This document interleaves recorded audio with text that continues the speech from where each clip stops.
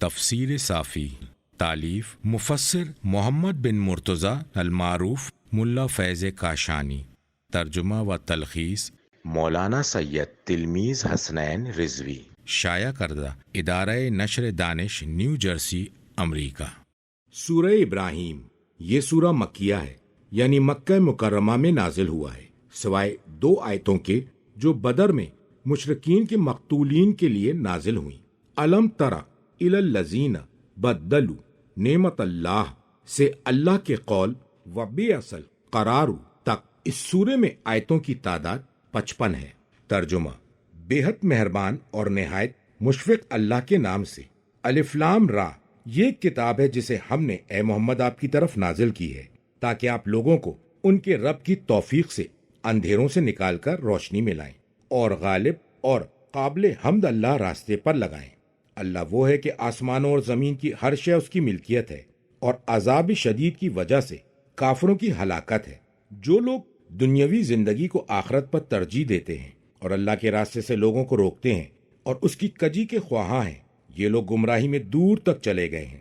اور ہم نے جتنے رسول بھیجے وہ اپنی قوم کی زبان میں پیغام پہنچاتے رہے تاکہ وہ ان کے لیے باتوں کی وضاحت کر دیں۔ اللہ جسے چاہتا ہے گمراہی میں چھوڑ دیتا ہے اور جس کی چاہتا ہے ہدایت کرتا ہے، اور وہ غالب اور صاحب حکمت ہے۔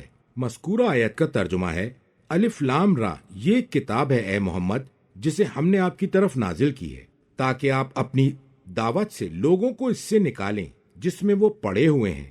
مذکورہ آیت کا ترجمہ ہے اندھیروں سے، یعنی کفر اور مختلف اقسام کی گمراہیوں سے۔ مذکورہ آیت کا ترجمہ ہے روشنی کی طرف، یعنی ایمان اور ہدایت کی طرف۔ مذکورہ آیت کا ترجمہ ہے ان کے رب کی توفیق اور سہولتوں کے سبب۔ مذکورہ آیت کا ترجمہ ہے غالب اور توصیف شدہ اللہ کے راستے پر لگائیں۔ مذکورہ آیت کا ترجمہ ہے اللہ وہ ہے کہ آسمانوں اور زمین کی ہر شے اس کی ملکیت ہے۔ مذکورہ آیت کا ترجمہ ہے اور ہلاکت ہے کافروں کے لیے عذاب شدید کے باعث۔ ویل کے معنی ہے ہلاکت، اور یہ وال کی نقیض ہے جس کے معنی ہے نجات۔ مذکورہ آیت کا ترجمہ ہے جو لوگ دنیاوی زندگی کو آخرت پر ترجیح دیتے ہیں، آخرت کے مقابل میں حیات دنیا کو اختیار کر لیتے ہیں۔ مذکورہ آیت کا ترجمہ ہے اور اللہ کے راستوں سے لوگوں کو روکتے ہیں اور اس کی کجی کے خواہاں ہیں، یعنی راہ خدا میں کجی اور ٹیڑھا پن تلاش کرتے ہیں تاکہ اس بارے میں تان و تشنہ کریں۔ مذکورہ آیت کا ترجمہ ہے یہ لوگ گمراہی میں دور تک چلے گئے ہیں، یہ لوگ حق سے بھٹک چکے ہیں اور اس میں کافی دور نکل گئے ہیں۔ مذکورہ آیت کا ترجمہ ہے اور ہم نے جتنے رسول بھیجے وہ اپنی قوم کی زبان میں پیغام پہنچاتے رہے جس قوم سے ان کا تعلق تھا، اور وہ جس قوم کی طرف مبعوث کیے گئے تھے۔ مذکورہ آیت کا ترجمہ ہے تاکہ وہ ان لوگوں کے لیے باتوں کی وضاحت کر دیں جن کا حکم دیا گیا ہے، اور وہ لوگ اسے آسانی سے سمجھ لیں اور جلدی سے ان کے ذہن نشین ہو جائے۔ کتاب خصال میں نبی اکرم سے مروی ہے، ایک حدیث میں ہے کہ اللہ تعالیٰ نے مجھ پر احسان کیا اور فرمایا اے محمد، میں نے ہر رسول کو ان کی امت کی طرف ان کی زبان میں بھیجا ہے، اور آپ کو اپنی مخلوق میں ہر سرخ و سیاہ کی جانب سے مبعوث کیا ہے۔ مذکورہ آیت کا ترجمہ ہے اللہ تنہا چھوڑ کر جسے چاہتا ہے گمراہی میں رہنے دیتا ہے۔ مذکورہ آیت کا ترجمہ ہے اور جس کی چاہتا ہے ہدایت کرتا ہے، یعنی اسے ہدایت کی توفیق کرامت کرتا ہے۔ مذکورہ آیت کا ترجمہ ہے اور وہ غالب ہے، اس کی مشیت پر کوئی غالب نہیں آ سکتا۔ مذکورہ آیت کے لفظ سے مراد وہ جو بھی کام کرتا ہے وہ مبنی بر حکمت ہوتا ہے۔ ترجمہ: اور ہم اس سے پہلے موسیٰ کو بھی اپنی نشانیوں کے ساتھ بھیج چکے ہیں کہ اے موسیٰ، تم اپنی قوم کو اندھیروں سے نکال کر روشنی میں لاؤ اور انہیں گزشتہ اقوام پر ہونے والے واقعات یاد دلاؤ۔ بے شک ان واقعات میں ہر صبر اور شکر کرنے والے کے لیے نشانیاں موجود ہیں۔ اور یاد کرو جب موسیٰ نے اپنی قوم سے کہا تھا کہ اللہ نے تم پر جو احسانات کیے تھے انہیں یاد رکھو، جب تمہیں فرعون والوں سے چھڑایا جو تمہیں بدترین عذاب میں مبتلا کیے ہوئے تھے، تمہارے بیٹوں کو قتل کر ڈالتے تھے اور تمہاری بیٹیوں کو زندہ رہنے دیتے تھے، اور اس میں تمہارے رب کی جانب سے بڑی آزمائش تھی۔ اور یاد کرو تمہارے رب نے تمہیں جتلا دیا تھا کہ اگر تم شکر گزار بنو گے تو ہم نعمتوں میں اضافہ کر دیں گے، اور اگر کفران نعمت کرو گے تو ہمارا عذاب بڑا سخت ہے۔ مذکورہ آیت کا ترجمہ ہے اور ہم اس سے پہلے موسیٰ کو بھی اپنی نشانیوں کے ساتھ بھیج چکے ہیں کہ اے موسیٰ، تم اپنی قوم کو اندھیروں سے نکال کر روشنی میں لاؤ اور انہیں گزشتہ اقوام پر ہونے والے واقعات یاد دلاؤ۔ کہا گیا ہے کہ ایام اللہ سے مراد وہ واقعات ہیں جو گزشتہ اقوام پر واقع ہوئے تھے، اور ایام العرب عرب کی جنگوں کو کہا جاتا ہے۔ تفسیر مجموع البیان اور تفسیر عیاشی میں امام صادق علیہ السلام سے مروی ہے کہ ایام اللہ سے مراد اللہ تعالیٰ کے احسانات اور اس کی نعمتیں ہیں۔ تفسیر قمی میں کہ ایام اللہ 3 ہیں: یوم القائم قائم کا دن، یوم الموت موت کا دن، اور یوم القیامت قیامت کا دن۔ کتاب خصال میں امام باقر علیہ السلام سے مروی ہے ایام اللہ سے مراد وہ دن ہے جب قیام کریں گے اور دوبارہ پلٹ کر آنے کا دن اور روز قیامت۔ میں فیض کاشانی کہتا ہوں کہ ان تفاسیر میں کوئی منافات نہیں ہے، اس لیے کہ جو چیز مومن کے لیے نعمت ہوتی ہے وہ کافر کے لیے نقمت سزا ہوتی ہے، اور اسی طرح مذکورہ ایام ایک قوم کے لیے نعمت ہیں تو دوسری اقوام کے لیے نقمت ہیں۔ مذکورہ آیت کا ترجمہ ہے: بے شک ان واقعات میں بے شمار نشانیاں ہیں ہر اس شخص کے لیے جو مصیبتوں پر صبر کرتا ہے اور اللہ کے احسانات کا شکر ادا کرتا ہے۔ مذکورہ آیت کا ترجمہ ہے: اور یاد کرو جب موسیٰ نے اپنی قوم سے کہا تھا کہ اللہ نے تم پر جو احسانات کیے تھے انہیں یاد رکھو، جب تمہیں فرعون والوں سے چھڑایا جو تمہیں بدترین عذاب میں مبتلا کیے ہوئے تھے۔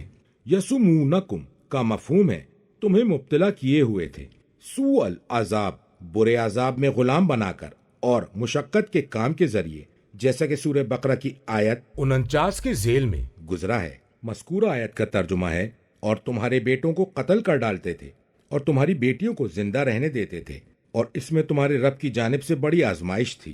بلاؤں من ربکم کا مفہوم ہے اللہ کی جانب سے امتحان بھی ہے یا نجات پانے کی نعمت بھی۔ مذکورہ آیت کا ترجمہ ہے: یاد کرو جب تمہارے رب نے تمہیں جتلا دیا تھا۔ مذکورہ آیت کا ترجمہ ہے: اے بنی اسرائیل، میں نے جو تم کو نجات کی نعمت دی ہے، اگر تم اس کا شکر ادا کرو گے اور اس کے علاوہ ایمان اور عمل صالح کی نعمتوں سے بھی نوازا ہے۔ مذکورہ آیت کا ترجمہ ہے: تو میں ایک نعمت کے بعد دوسری نعمت بڑھاتا چلا جاؤں گا۔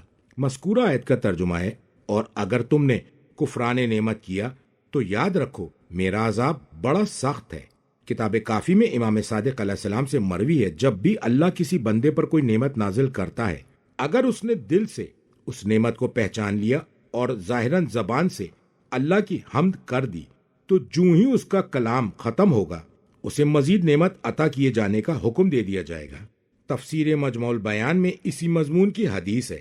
تفسیر قمی اور عیاشی میں بھی ایسی ہی حدیث موجود ہے، البتہ اس میں یہ اضافہ ہے کہ وہ اللہ تعالیٰ کا قول ہے: لئن شکرتم لا زیدنکم۔ کتاب کافی میں امام صادق علیہ السلام سے مروی ہے کہ جو شخص دل سے اللہ کی نعمت کی معرفت حاصل کر لے گا تو اللہ تعالیٰ کی جانب سے مزید نعمت کا مستحق بن جائے گا، قبل اس کے کہ وہ اس نعمت کا اظہار اپنی زبان سے کرے۔ امام صادق علیہ السلام سے مروی ہے کہ اللہ اپنے بندے کو جو بھی نعمت عطا کرتا ہے، خواہ وہ چھوٹی ہو یا بڑی، اگر اس بندے نے نعمت ملنے کے بعد کہا الحمدللہ تو گویا اس نے نعمت کا شکر ادا کر دیا۔ اور ایک روایت میں ہے کہ حمد اس نعمت سے افضل ہے۔ امام صادق علیہ السلام سے اسباب کفر کی تفسیر کے ذیل میں ہے کہ کفر کی تیسری وجہ نعمتوں کا انکار کرنا ہے، اس لیے ارشاد باری ہے: لئن شکرتم لازیدنکم ولئن کفرتم ان عذابی لشدید۔ ترجمہ: موسیٰ نے کہا تھا کہ اگر تم اور زمین کے تمام باشندے کفران نعمت کریں تو بھی اللہ بے پرواہ اور قابل ستائش ہے۔ کیا تمہارے پاس ان قوموں کی خبریں نہیں پہنچی جو تم سے پہلے گزر چکی ہیں؟ قوم نوح، قوم عاد، قوم سمود اور جو لوگ ان کے بعد آئے جن کا علم صرف اللہ کو ہے۔ ان کے مرسلین ان کے پاس واضح دلائل لے کر آئے تو انہوں نے انبیاء کا منہ بند کر دیا، یہ کہہ کر کہ تم جو پیغام لے کر آئے ہو ہم اس کا انکار کرتے ہیں، اور تم جس چیز کی طرف ہمیں دعوت دے رہے ہو ہم اس بارے میں شک و شبے میں مبتلا ہیں۔ ان کے رسولوں نے کہا: کیا اللہ کے بارے میں شک ہے جو آسمانوں اور زمین کا موجد ہے؟ وہ تمہیں بلا رہا ہے کہ تمہارے گناہوں کی مغفرت کر دے اور تمہیں ایک معینہ مدت تک کی مہلت دے۔ انہوں نے کہا: تم تو ہمارے ہی جیسے بشر ہو، کیا تم یہ چاہتے ہو کہ ہمیں ان کی عبادت سے روک دو جن کی عبادت ہمارے آباء و اجداد کرتے چلے آ رہے ہیں؟ تم کوئی صریحی معجزہ دکھلا دو۔ ان کے رسولوں نے کہا: ہم تم جیسے بشر تو ہیں، لیکن اللہ اپنے بندوں میں سے جس پر چاہتا ہے احسان کرتا ہے۔ اللہ کے حکم کے بغیر کوئی معجزہ پیش کرنا ہمارے لیے ممکن نہیں۔ مومنین کو تو اللہ پر ہی توکل کرنا چاہیے۔ مذکورہ آیت کا ترجمہ ہے، اور موسیٰ نے کہا تھا کہ اگر تم اور زمین کے تمام باشندے یعنی جن و انس بھی کفران نعمت کریں۔ مذکورہ آیت کا ترجمہ ہے، تو بے شک اللہ تمہارے شکر ادا کرنے سے بے پرواہ ہے، یعنی اس کو تمہارے شکر کی کوئی ضرورت نہیں۔ مذکورہ آیت کے لفظ سے مراد وہ فی ذاتہ حمد کا مستحق ہے، خواہ کوئی حمد کرنے والا اس کی حمد نہ کرے، وہ محمود ہے۔ اس نے خود اپنی حمد بیان کی ہے۔ ملائکہ اس کی حمد میں رطب اللسان ہے، اور اس کی نعمت کے بارے میں مخلوقات کا ہر ذرہ گویا ہے۔ تم کفران نعمت کر کے خود اپنا نقصان کر رہے ہو۔ تم نے اپنے نفوس کو مزید نعمتوں سے محروم کر رکھا ہے اور اسے سخت عذاب کے لیے پیش کر دیا ہے۔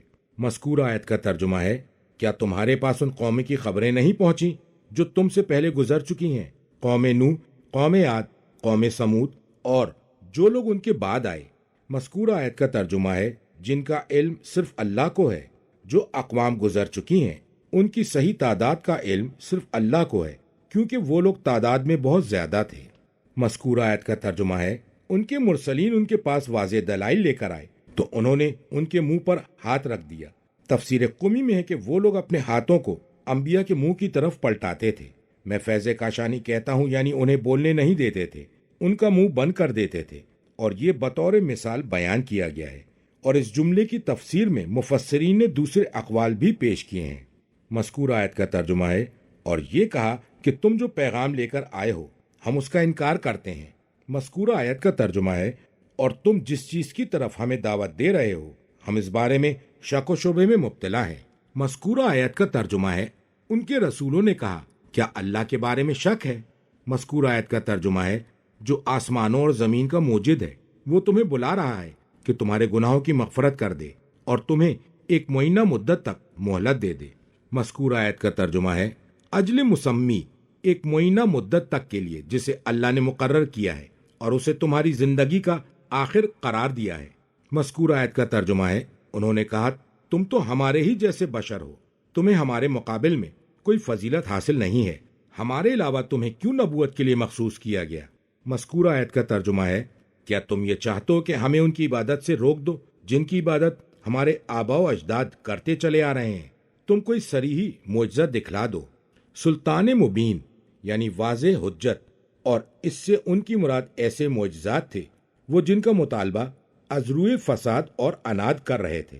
مذکورہ آیت کا ترجمہ ہے، ان کے رسولوں نے ان سے کہا ہم تم جیسے بشر تو ہیں، لیکن اللہ اپنے بندوں میں سے جس پر چاہتا ہے احسان کرتا ہے۔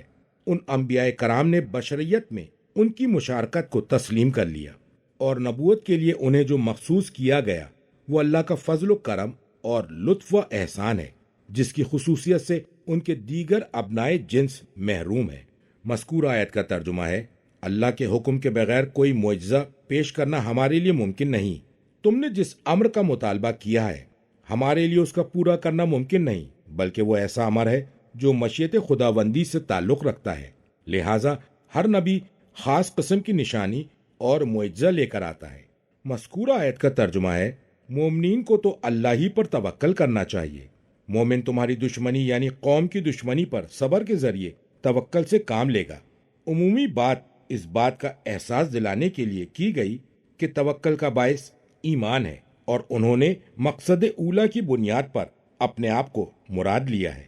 ترجمہ، اور ہم اللہ پر توکل کیوں نہ کریں؟ اس نے راہ حیات میں ہماری رہنمائی کی۔ تم جو اذیتیں دے رہے ہو ہم ان پر صبر کریں گے، اور توکل کرنے والوں کو اللہ پر ہی توکل کرنا چاہیے۔ اور کافروں نے اپنے رسولوں سے کہا کہ ہم تمہیں اپنی زمین سے نکال دیں گے یا تم ہماری ملت پر لوٹ آؤ، تو ان رسولوں کی طرف ان کے رب نے وحی کی کہ ہم ضرور بے ضرور ان ظالموں کو ہلاک کر دیں گے اور ان کے بعد تمہیں زمین میں آباد کریں گے۔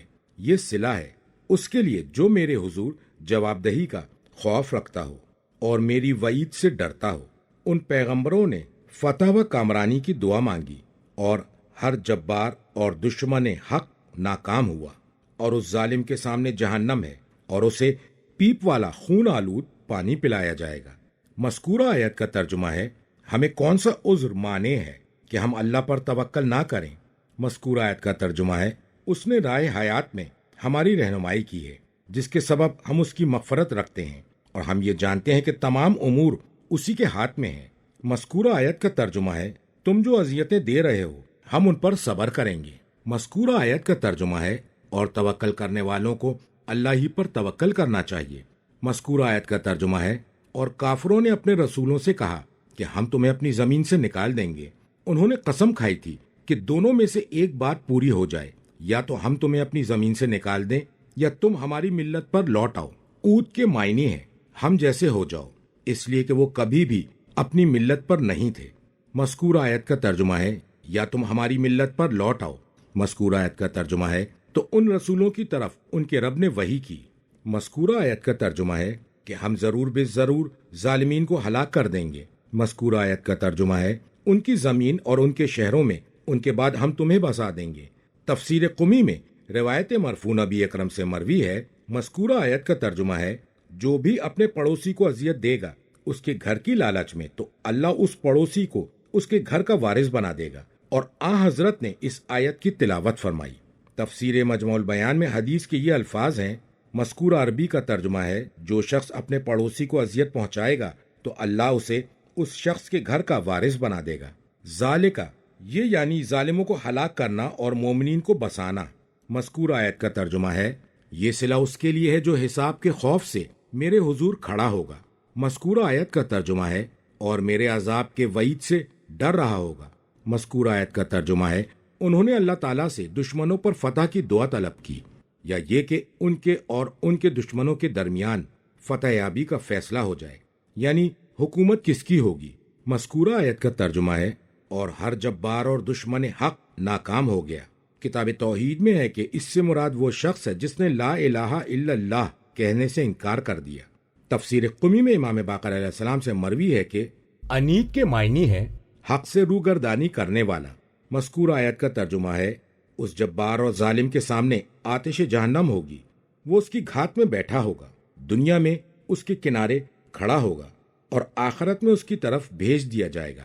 وَيُسْقَى، اس میں ڈال دیا جائے گا اور اسے پلایا جائے گا۔ مذکورہ آیت کا ترجمہ ہے، پیپ والا خون آلود پانی۔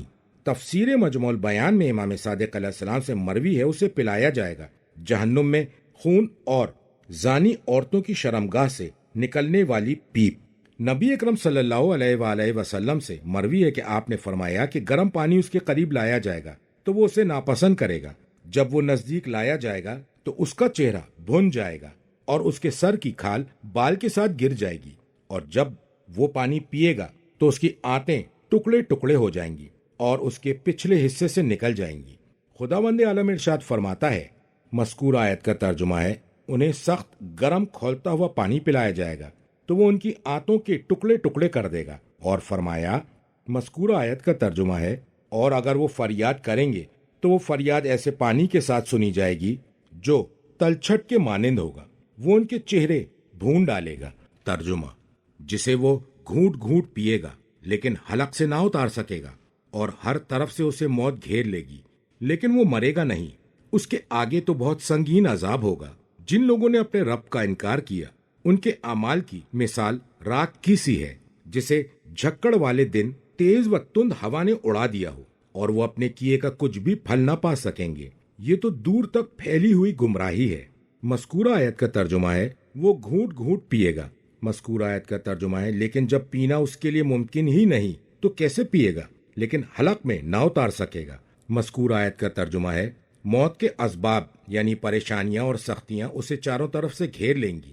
مذکورہ آیت کا ترجمہ ہے، لیکن وہ مرے گا نہیں تاکہ آرام مل جائے۔ مذکورہ آیت کا ترجمہ ہے، اس کے سامنے تو سنگین عذاب ہوگا، یعنی ہر وقت ایسا عذاب اس کے سامنے آتا رہے گا جو پہلے عذاب سے زیادہ شدید ہوگا جس میں وہ مبتلا ہے۔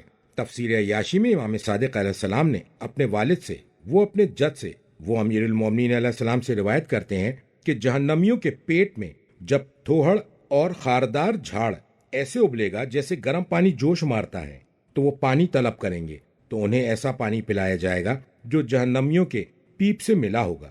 مذکورہ آیت کا ترجمہ ہے، ایسا گرم پانی جس سے جہنم جوش مار رہا ہے جب سے اسے پیدا کیا گیا ہے۔ مذکورہ آیت کا ترجمہ ہے، جو تلچھٹ کے مانند ہوگا، وہ ان کے چہرے بھون ڈالے گا کیا برا مشروب ہے اور کیا بری آرام گاہ ہے۔ مذکورہ آیت کا ترجمہ ہے، جن لوگوں نے اپنے رب کا انکار کیا ہے ان کی مثال نہایت ہی عجیب و غریب ہے۔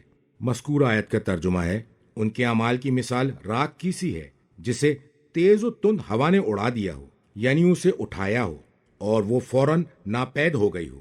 مذکورہ آیت کا ترجمہ ہے، جھکڑ والے دن۔ اسف، بگولے کی شکل میں تیز ہوا، آندھی اور یوم کی صفت آصف کے ساتھ تاکید کے لیے آئی ہے، جیسے کہتے ہیں۔ مذکورہ عربی کا ترجمہ ہے، ان کا دن دوزے دار ہے۔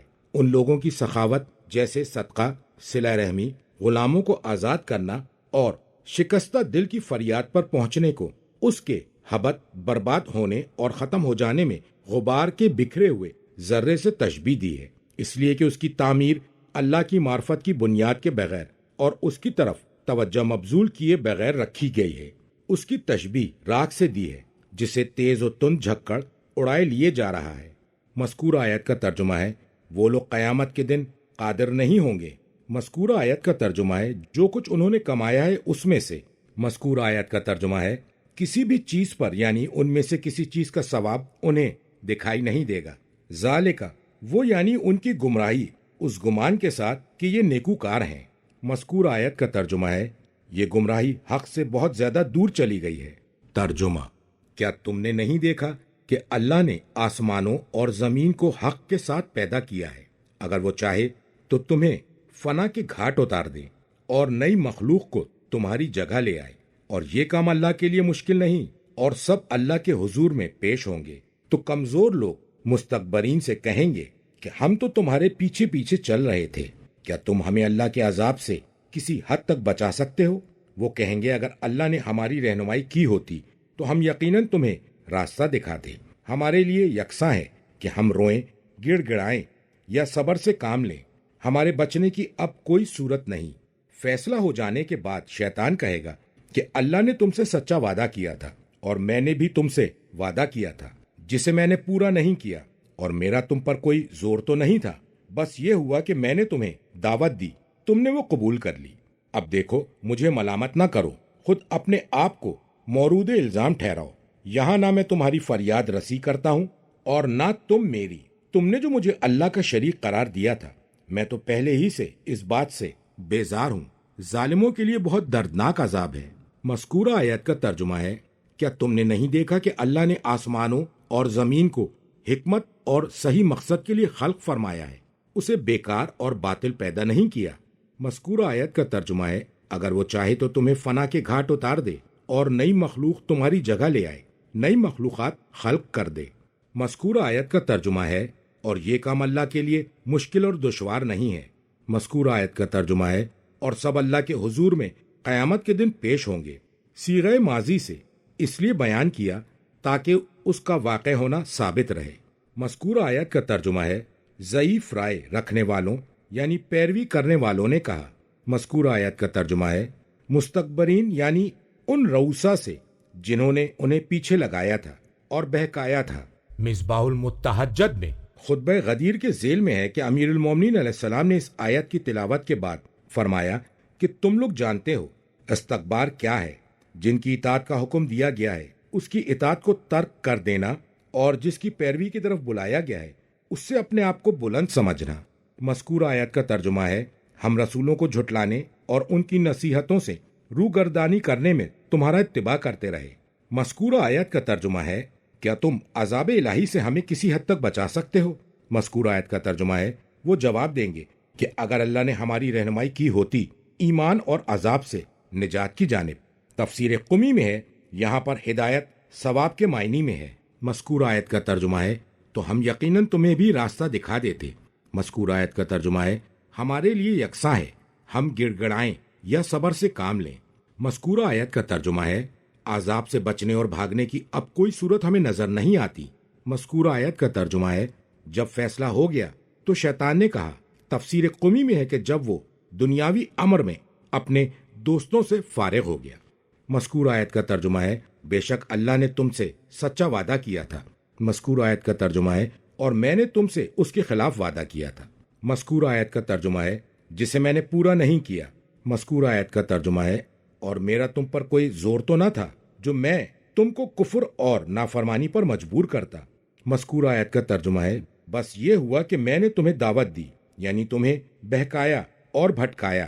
مذکورہ آیت کا ترجمہ ہے، تم نے تیزی کے ساتھ میری دعوت قبول کر لی۔ مذکورہ آیت کا ترجمہ ہے، تم اب مجھے ملامت نہ کرو کہ میں نے تمہارے دل میں برے خیالات ڈالے تھے کہ جو صریحی دشمن ہو اس کی ایسی ملامت نہیں کی جائے گی۔ مذکورہ آیت کا ترجمہ ہے، بلکہ تم خود اپنی ملامت کرو کہ جب میں نے تمہیں اپنی طرف بلایا تو تم مجھ سے دھوکہ کھا گئے اور تم نے میری اطاعت کر لی، اور جب تمہارے رب نے تمہیں بلایا تو تم نے اپنے رب کی اطاعت نہیں کی۔ مذکورہ آیت کا ترجمہ ہے، یہاں نہ میں تمہاری فریاد رسی کر سکتا ہوں۔ مذکورہ آیت کا ترجمہ ہے، اور نہ ہی تم میری فریاد پر آ سکتے ہو، ہم ایک دوسرے کو نجات نہیں دے سکتے۔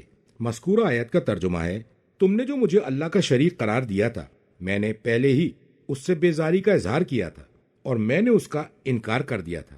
کتاب کافی میں امام صادق علیہ السلام سے مروی ہے کہ اس آیت میں کفر سے مراد برات یعنی بیزاری ہے۔ مذکورہ آیت کا ترجمہ ہے، بلا شبہ ظالمین کے لیے بڑا دردناک عذاب ہے۔ یہ کلام کا تتمہ ہے یا نیا جملہ ہے، اور اس جیسی بات بیان کرنے سے سننے والوں کو لطف آتا ہے اور انہیں بیدار کرنا مطلوب ہوتا ہے تاکہ وہ خود اپنا محاسبہ کریں اور اپنے انجام پر غور و فکر سے کام لیں۔ ترجمہ، جو لوگ ایمان لائے اور اعمال صالح بجا لائے انہیں ایسی جنتوں میں داخل کیا جائے گا جس کے نیچے نہریں بہہ رہی ہوں گی، وہ حکم خدا سے اس میں ہمیشہ کے لیے رہیں گے۔ وہاں تحفہ ملاقات سلام ہوگا۔ کیا تم نے نہیں دیکھا کہ اللہ نے کلمہ طیبہ کو پاکیزہ درخت کے مانند قرار دے کر کیسی مثال دی ہے، جس کی جڑیں ثابت ہیں اور اس کی شاخیں آسمان تک پہنچی ہوئی ہیں۔ یہ درخت ہر وقت اپنے رب کے حکم سے پھل دے رہا ہے۔ اللہ لوگوں کے لیے مثالیں پیش کر رہا ہے، ہو سکتا ہے وہ نصیحت قبول کر لیں۔ مذکورہ آیت کا ترجمہ ہے، کیا تم نے نہیں دیکھا کہ اللہ نے کلمہ طیبہ کو مثال دے کر کیسے بیان کیا ہے؟ کلمہ طیبہ سے مراد قول حق ہے اور بھلائی کی طرف بلانا ہے۔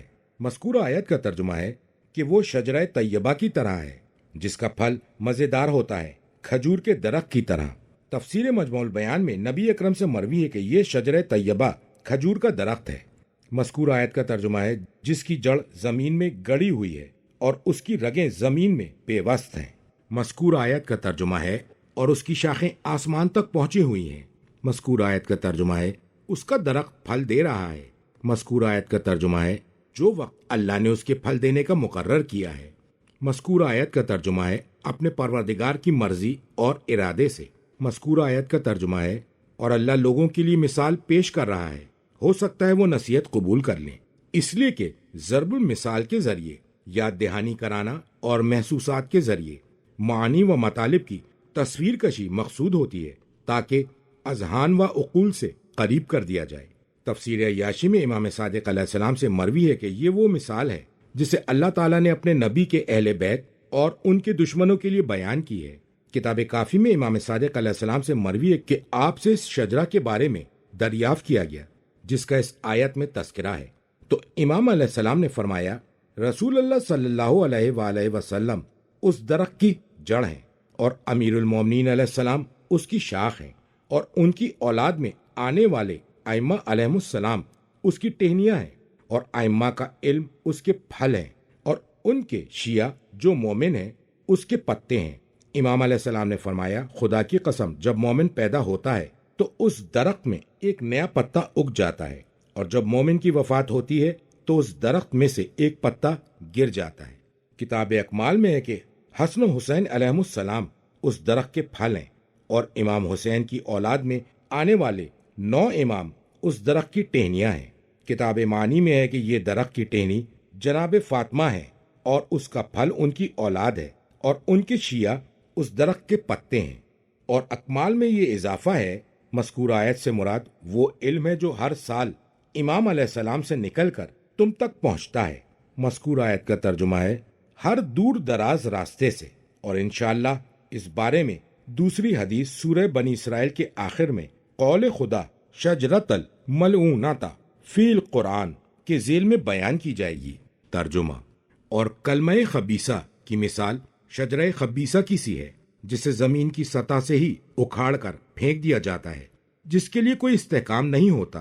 اللہ تعالیٰ ایمان لانے والوں کو دنیاوی زندگی اور آخرت میں بھی قول ثابت کی بنیاد پر ثبات عطا کرتا ہے، اور اللہ ظالمین کو گمراہی میں رہنے دیتا ہے، اور اللہ جو چاہتا ہے وہ کرتا ہے۔ مذکور آیت کا ترجمہ ہے اور کلمہ خبیثہ کی مثال۔ کلمہ خبیثہ سے مراد باطل قول اور گمراہی اور فساد کی طرف بلانا ہے۔ مذکور آیت کا ترجمہ ہے شجرہ خبیثہ کی سی ہے جس کا پھل عمدہ اور لذیذ نہیں ہوتا، ایلوا کے درخت جیسا۔ مذکور آیت کے لفظ سے مراد جسے جڑ سے اکھاڑ دیا جاتا ہے اور پورا کا پورا درخت نکال دیا جاتا ہے۔ مذکور آیت کا ترجمہ ہے زمین کی سطح سے، اس لیے کہ اس درخت کی رگیں زمین سے قریب ہوتی ہیں۔ مذکور آیت کا ترجمہ ہے جس کے لیے کوئی استحکام نہیں ہے۔ تفسیر مجموع البیان میں امام صادق علیہ السلام سے مروی ہے کہ یہ بنی امیہ کی مثال ہے۔ تفسیر قمی میں امام باقر علیہ السلام سے مروی ہے کہ کافروں کے اعمال آسمان کی طرف بلند نہیں ہوتے، اور بنی امیہ مجلس میں اور نہ ہی مسجد میں اللہ کا ذکر کرتے ہیں، اور ان کے اعمال آسمان کی طرف بلند نہیں ہوئے سوائے ان میں سے چند لوگوں کے۔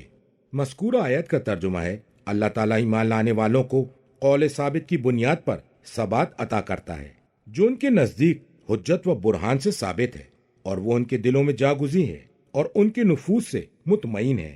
مذکورہ آیت کا ترجمہ ہے دنیاوی زندگی میں جب ان کے دین کے بارے میں ان کی آزمائش ہوتی ہے تو وہ اپنے موقف سے نہیں ہٹتے۔ مذکورہ آیت کا ترجمہ ہے اور آخرت میں جب ان کے عقیدے کا سوال ہوتا ہے تو وہ اس میں کسی قسم کا توقف نہیں کرتے بلکہ بلا تعامل اس کا اظہار کرتے ہیں۔ مذکورہ آیت کا ترجمہ ہے اور اللہ ظالمین کو گمراہی میں رہنے دیتا ہے۔ جن لوگوں نے انکار کر کے اور تقلید پر انحصار کر کے اپنے نفوس پر ظلم ڈھایا ہے، اب وہ حق کی طرف راستہ نہیں پا سکتے اور نہ ہی وہ آزمائش کے مقامات پر ثابت قدم رہتے ہیں۔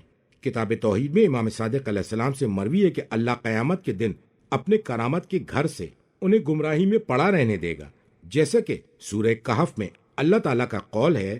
مذکور آیت کا ترجمہ ہے اور جسے وہ گمراہی میں رہنے دے تو اے نبی آپ اس کے لیے ہرگز کوئی دوست اور رہنما نہیں پائیں گے۔ مذکور آیت کا ترجمہ ہے اور اللہ جو چاہتا ہے وہ کرتا ہے، مومنین کو ثابت قدم رکھ کر اور ظالمین کو تنہا چھوڑ کر۔ کتاب فقہ اور عیاشی میں امام صادق علیہ السلام سے مروی ہے کہ شیطان ہمارے دوستوں میں سے کسی فرد کے پاس اس کی موت کے وقت اس کے دائیں طرف اور اس کے بائیں جانب سے آتا ہے تاکہ وہ جس عقیدے پر ہے اس شخص کو اس سے ہٹا دے اور اسے گمراہ کر دے، تو اللہ تعالیٰ اس بات کو اس شخص کے لیے ناپسندیدہ قرار دیتا ہے، اور یہ اللہ کے قول سے واضح ہے۔ یثبت اللہ الذین آمنوا، کتاب کافی میں امیر المومنین علیہ السلام سے سوال قبر کے بارے میں ایک حدیث میں آیا ہے کہ فرشتے پوچھیں گے۔ مذکور عربی کا ترجمہ ہے تمہارا رب کون ہے، تمہارا دین کیا ہے، اور تمہارا نبی کون ہے؟ تو وہ کہے گا اللہ میرا رب ہے، اسلام میرا دین ہے، اور محمد مصطفیٰ صلی اللہ علیہ وآلہ وسلم میرے نبی ہیں۔ تو وہ دونوں فرشتے کہیں گے۔ مذکور عربی کا ترجمہ ہے اللہ جس بات کو پسند فرماتا ہے اور جس بات سے راضی ہوتا ہے تمہیں اس پر ثابت قدم رکھے، اور یہ اللہ کا قول ہے۔ یثبت اللہ الذین آمنوا، امام صادق علیہ السلام سے سوال قبر کے بارے میں مروی ہے، اور اگر وہ کافر ہو، یہاں تک کہ آپ نے فرمایا کہ خداوند عالم اس شخص کی قبر میں سانپوں کو مسلط کر دے گا جو اسے ڈستے رہیں گے، اور شیطان اس کے لیے غم و علم میں مبتلا ہوگا، اور اس پر جو عذاب نازل ہو رہا ہوگا اسے جنوں اور انسانوں کے علاوہ سب سنیں گے، اور ان کے جوتوں کی چاپ بھی سنائی دے گی، اور ہاتھوں سے مٹی کا جھاڑنا بھی سننے میں آئے گا، اور وہ اللہ کا قول ہے۔ وَيُثَبِّتَ اللہ سے اللہ کے قول وَيَفْعَلُ اللَّهُ مَا يَشَاءُ تک۔ ترجمہ: کیا تم نے ان لوگوں کو نہیں دیکھا جنہوں نے اللہ کے احسان کو ناشکری میں تبدیل کر دیا اور اپنی قوم کو ہلاکت کے گھر ٹھہرا دیا؟ وہ جہنم ہے جس میں وہ جھلس جائیں گے، اور وہ برا ٹھکانہ ہے۔ مذکور آیت کا ترجمہ ہے کیا تم نے ان لوگوں کو نہیں دیکھا جنہوں نے اللہ کے احسان کو ناشکری میں تبدیل کر دیا، یعنی قوم کو ناشکری تک لے جا کر انہیں ہلاکت کے گھر تک پہنچا دیا۔ مذکور آیت کا ترجمہ ہے اور اپنی قوم کو ہلاکت کے گھر ٹھہرا دیا۔ مذکور آیت کا ترجمہ ہے جہنم بدترین ٹھکانہ ہے جس کی آگ میں وہ جھلس جائیں گے۔ کتاب کافی میں امام باقر علیہ السلام سے مروی ہے کہ آپ سے اس آیت کے بارے میں دریافت کیا گیا تو امام علیہ السلام نے فرمایا لوگ اس بارے میں کیا کہتے ہیں؟ جواب دیا گیا کہ اس سے مراد قریش کے حد سے تجاوز کرنے والے دو قبیلے بنو امیہ اور بنو مغیرہ ہیں۔ امام علیہ السلام نے جواب دیا خدا کی قسم اس سے مراد قریش کے تمام لوگ ہیں۔ اللہ تبارک و تعالیٰ نے اپنے نبی سے مخاطب ہو کر کہا، مذکور آیت کا ترجمہ ہے، میں نے قریش کو دیگر قبائل عرب پر فضیلت عطا کی اور ان پر اپنی نعمتیں کامل کر دیں، اور میں نے ان کی طرف اپنا رسول بھیجا، انہوں نے میرے احسانات کی ناشکری کی اور اپنی قوم کو ہلاکت کے گھر تک پہنچا دیا۔ امام صادق علیہ السلام سے مروی ہے کہ اس سے مراد مکمل قریش کے لوگ ہیں جنہوں نے رسول اللہ سے دشمنی کی، ان کے لیے اعلان جنگ کیا اور ان کے وصی کا انکار کیا۔ تفسیر مجموع البیان میں امیر المومنین علیہ السلام سے مروی ہے کہ اس سے مراد کفار قریش ہیں جنہوں نے اپنے نبی کو جھٹلایا، ان سے جنگ کا اعلان کیا اور ان سے عداوت کی۔ فرمایا کہ کسی شخص نے امیر المومنین علیہ السلام سے اس آیت کے بارے میں دریافت کیا تو آپ نے فرمایا وہ قریش کے حد سے تجاوز کرنے والے دو قبیلے ہیں جو بنو امیہ اور بنو مغیرہ ہیں۔ بنو امیہ ایک عرصے تک زندگی کے مزے لوٹتے رہے، لیکن بنو مغیرہ تو غزوہ بدر کے موقع پر تم ان سے اچھی طرح نمٹے۔ تفسیر قمی میں امام صادق علیہ السلام سے مروی ہے کہ یہ آیت قریش کے دو حد سے تجاوز کرنے والے قبائل بنو مغیرہ اور بنی امیہ کے بارے میں نازل ہوئی۔ جہاں تک بنو مغیرہ کا تعلق ہے، اللہ تعالیٰ نے ان کی جڑ کاٹ دی، البتہ بنو امیہ کچھ عرصے تک مزے کرتے رہے۔ پھر فرمایا کہ خدا کی قسم ہم ہی وہ اللہ کی نعمت ہیں، اللہ نے اپنے بندوں کو جن سے نوازا ہے، اور جو بھی کامیاب ہوگا وہ ہمارے ذریعے سے ہی کامیاب ہوگا۔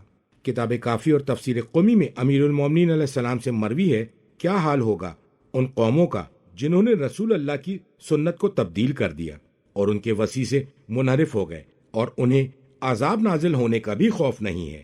پھر آپ نے اس آیت کی تلاوت فرمائی اور کہا، مذکور آیت کا ترجمہ ہے، ہم ہی وہ نعمت ہیں اللہ نے اپنے بندوں کو جس سے نوازا ہے، اور جو بھی قیامت کے دن کامیاب ہوگا اسے ہماری وجہ سے کامیابی ملے گی۔